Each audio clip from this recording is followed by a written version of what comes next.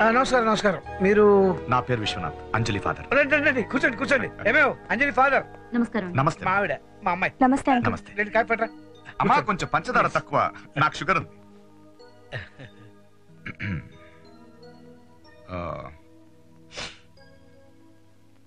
అంజలి మీ అబ్బాయి మీకంతా తెలుసు అనుకుంటాను. తెలుసండి. అసలు నేనే వచ్చి మీతో మాట్లాడదాం అనుకున్నాను. నీ పేరేంటమ్మా? సుజాత్ అండి. మీ అమ్మాయికి సంబంధాలు చూడట్లేదా? అప్పుడే తొందర ఏముందండి, ఇంకో 2-3 ఏళ్ళకి చేద్దాం అనుకుంటున్నాం. ఇప్పటి నుంచే చూడడం మొదలెడితే గానీ ఇంకో 2 ఏళ్ళు కావదండి. అండ్ మోరోవర్ అందరూ మా అమ్మాయిలాగా వాళ్ళకి కావాల్సిన వాడిని వాళ్లే చూసుకోలేరుగా. ఎలాగూ వియంకులం కాబోతున్నాం. ఆ ధైర్యంతో మీకు చెప్పకుండా చనువు తీసుకుని మీ అమ్మాయికి సంబంధం చూశాను. అబ్బే ఎంత మాట. ఆ కుర్రోడ్ని పిలిపిస్తాను చూడండి. అబ్బే ఎందుకండి? నారాయణ్, అతను రమ్మను. ఏమా ఏం చదువుతున్నావు? Intermediate uncle. First year second year? Second year. Good.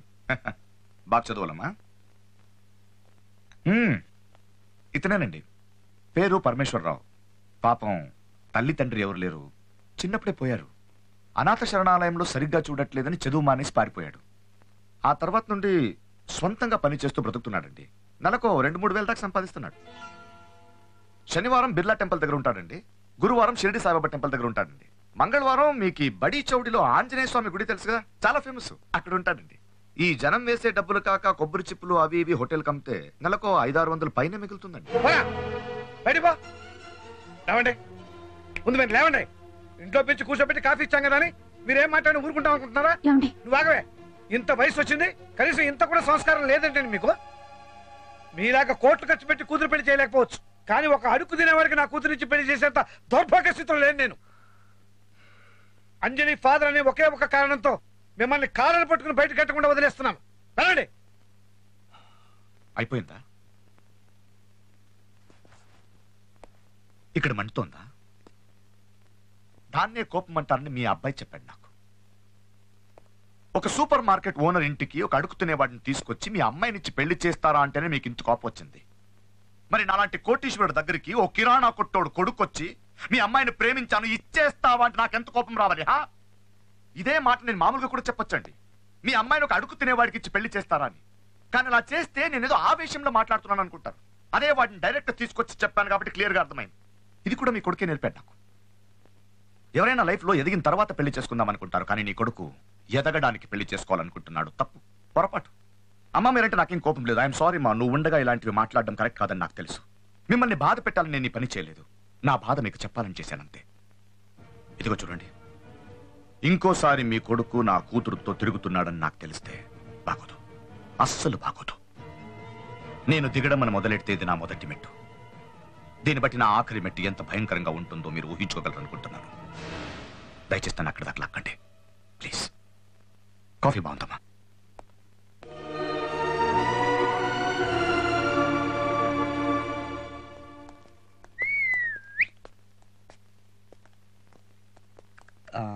Excuse me. Yes. Vishwanath గారు ఉన్నారా? అపాయింట్మెంట్ ఉందా? నేను ఉన్నానని అడిగాను కానీ కలుస్తారని అడగలేదుగా. ఉన్నారు. థ్యాంక్స్. ఏయ్ అరే ఏంటిది? Security security. Hello hello. Hi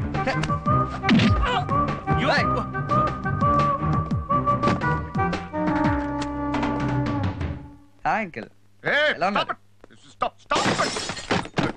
ఇదిగో చూడు, నీకు నాతో మాట్లాడంటే డైరెక్ట్గా వచ్చి మాట్లాడు. ఇలా ఆఫీస్కి వచ్చి గొడవ చేయొద్దు. ఎగ్జాక్ట్లీ, నేను కూడా అది చెప్పడానికే వచ్చాను. ఏదైనా మాట్లాడాలనుకుంటే నాతో డైరెక్ట్గా మాట్లాడండి. మా ఇంటికి వెళ్ళి గొడవ చేయొద్దు. లోపలికి రా.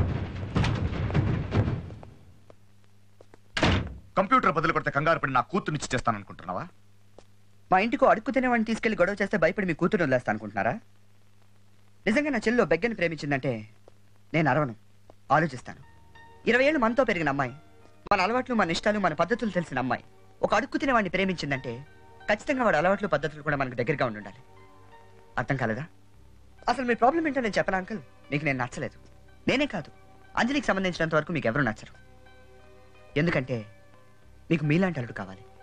25 ఏళ్ళకో 50 కోట్లు సంపాదించేసి 3 పీస్ సూట్లు వేసుకుని తక్కువ మాట్లాడుతూ ఎక్కువ పని చేసే కుర్రాడు కావాలి. దొరకడం కష్టం.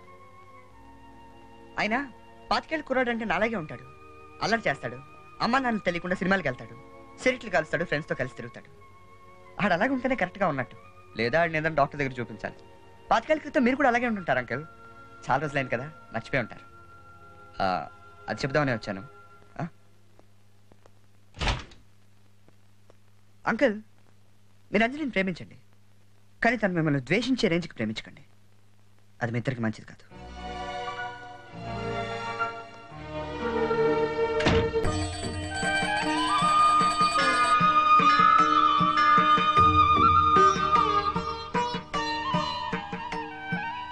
ఇక్కడ ప్రసాదం కూడా బాగుంటుంది.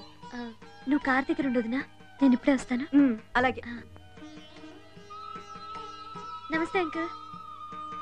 Hello aunty.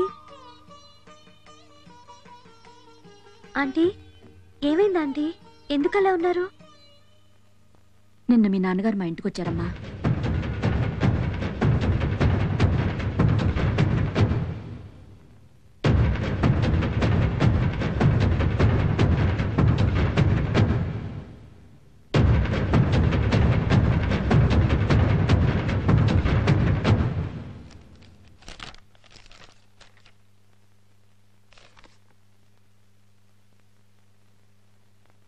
ఏంటమ్మా?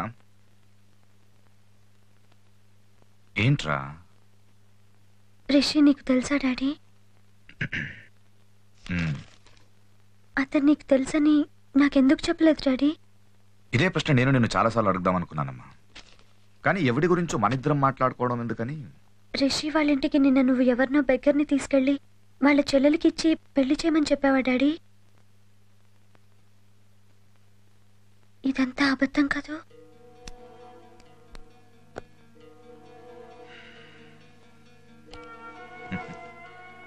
మనం నమ్మగలిగే మాత్రమే నిజాలు, భరించలేనివన్నీ అబద్ధాలైతే చాలా బాగుండేదమ్మా. అంజలి, చిన్నప్పుడు నేను నీకు ఒక టెడ్డీ బియర్ కొనిచ్చాను. ఆ బొమ్మను ఎవరైనా ముట్టుకుంటే నీ కోపం వచ్చేసేది. చివరికి అమ్మైనా సరే మీద పడి కొట్టేసేదాన్ని. నేను కూడా అంతేరా. నేనెంతో కష్టపడి పెంచుకున్న నా కూతుర్ని ఎవ్వటో. నేను తప్పు చేయలేదమ్మా. నీ మీద నాకున్న ప్రేమను ఎలా చూపించాను, వాళ్ళకి నా కోపం అలా చూపించానంతే. అయినా వాళ్ళు నీకు నేనేం చేశారో చెప్పారు కానీ ఆ తర్వాత వాడు ఆఫీస్కి వచ్చి ఎంత గొడవ చేశాడో నీకు తెలీదు. చెప్పరు. కంప్యూటర్ బద్దలు కొట్టి ఆ సెక్యూరిటీ గార్డ్. ఏమైంది నాకు ఇందాక నుంచి అర్థం కావట్లేదు, కానీ ఇప్పుడు అనిపిస్తోంది ఎవరినో నేను తిడితే నా కూతురు నన్ను నిలదీస్తోంది. నేను సంజాయిషి చెప్తున్నాను. నా అంజలికి నేను ఎక్స్ప్లెనేషన్, అది ఎవరి గురించో. Crazy crazy. పాపా, ఒకప్పుడు నువ్వే చెప్పేవాడివి, మనకంటే పెద్దవాళ్ళంటే గౌరవం ఉండాలి, మన వయసు వాళ్ళతో పోటీ ఉండాలి, మనకంటే చిన్నవాళ్ళంటే ప్రేమ ఉండాలి అని. మరి రిషి అంటే నీకెందుకంత కోపం డాడీ? నీకెందుకంత ఇష్టం? నాకు కోపం రావట్లేదమ్మా, బాధ వస్తుంది. ఎందుకంటే నా కూతురికి ఇష్టమైన కలర్ నాకు తెలుసు, నా కూతురికి ఇష్టమైన కార్ నాకు తెలుసు, నా కూతురికి ఇష్టమైన ఐస్ క్రీమ్ ఫ్లేవర్ నాకు తెలుసు, కానీ నా కూతురు మనసుకి ఇష్టమైన మనిషి గురించి నాకు తెలీదు. రిషి రిషి రిషి, ఈ రెండు అక్షరాలు చాలా రోజుల నుంచి నన్ను ఇబ్బంది పెట్టేస్తున్నాయి. అంజలి, మనం తప్పు చేస్తే తప్పని, కరెక్ట్ చేస్తే రైట్ అని చెప్పేవాళ్ళు మంచివాళ్ళు. మనం ఏం చేసినా భరించేవాళ్ళు మనం ప్రేమించేవాళ్ళు. నువ్వు నా జీవితంలో మంచి వాళ్ళలో ఉంటావా, ప్రేమించే వాళ్ళలో ఉంటావా? నాకు ఇప్పుడు తెలియాలి. నీకు నేనంటే ఇష్టమా, రిషి అంటే ఇష్టమా? చిన్న ప్రశ్నమ్మా. నేనా వాడా? నువ్వంటే నాకు చాలా ఇష్టం డాడీ.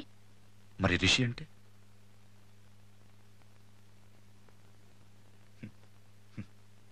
మీ ఆడపిల్లలు చాలా తెలివైన వాళ్ళమ్మా. ఏంటి, ఒక తండ్రిగా నేనంటే ఇష్టం, కాబోయే భర్తగా వాడంటే ఇష్టం. అంటే 20 ఏళ్లు పెంచాను కాబట్టి నేనంటే ఇష్టం, 80 ఏళ్లు వాడితో కలిసి బ్రతకాలి కాబట్టి వాడంటే ఇష్టం. నీ జీవితంలో 100 మార్కులుంటే 20 నాకు, 80 వాడికి. కనీసం ఇంకో 15 మార్కులు వేసి నాన్నను పాస్ చేయలేకపోయావమ్మా? మరీ 20?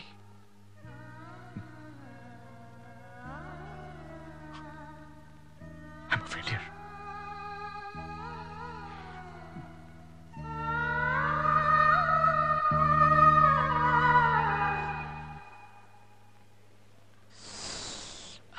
బాగా సల్ట్రీకి ఉందరా. ఏంట్రా అలా చూస్తున్నారా? మన పవన్ గారు మాలతో కలిసి చిట్టానికి వెళ్ళారా, ఏం చేస్తున్నాడా అని చూస్తున్నాం. ఇంకేం చేస్తాడో కాఫీ తాగుతాడు. కాఫీ అంటే లిప్ కిస్ అనమాట. నమస్కారం సార్, ఎక్కడికి వెళ్తున్నారు? తల బద్దలైపోతుందిరా, కాస్త కాఫీ తాగుదామని. క్యాంటీన్ అటుంటే ఇటు వెళ్తున్నారండి సార్? నా కాఫీ మా ఆవిడిచ్చే తప్ప తాగినట్టు ఉండదు. ఎందుకు నవ్వుతున్నారు? అబ్బే ఏం లేదు సార్, ఈ వయసులో కూడా మీరు కాఫీ తాగుతున్నారంటే చాలా గ్రేట్ సార్. పిచ్చోడా, ఇప్పుడేం చూసావు? మీ ఏజ్ లో ఉన్నప్పుడు రోజుకు మినిమం డజన్ సార్లు కాఫీ తాగేవా? 12 సార్లా?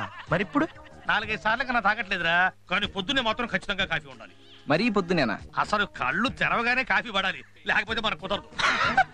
మీరు పైకి కనపడరు కానీ చాలా రొమాంటిక్ ఫెలో. మీకు బయట కాఫీ తాగి అలవాట్లేదా సార్? ఛాన్సే లేదు. కాఫీ అంటే మా ఆవిడే పెట్టాలి. ఈ హోటల్స్ లో క్యాంటీన్స్ లో అదే మనకు నచ్చదు. ఎందుకో తెలుసా, అక్కడ కాఫీ మొగోళ్ళు పెడతారు. ఏమైంది వాళ్ళకి? మీరు వెళ్ళండి సార్, మీకు కాఫీ ఇంపార్టెంట్ కదా. అవును, మళ్ళీ మా ఆవిడ బయటికి వెళ్ళిందంటే కాఫీ తాగడం కుదరదు. ఏంటో ఈ కాలం కూరళ్ళు ఎందుకు నవ్వుతారో దేనికి నవ్వుతారో తెలియదు.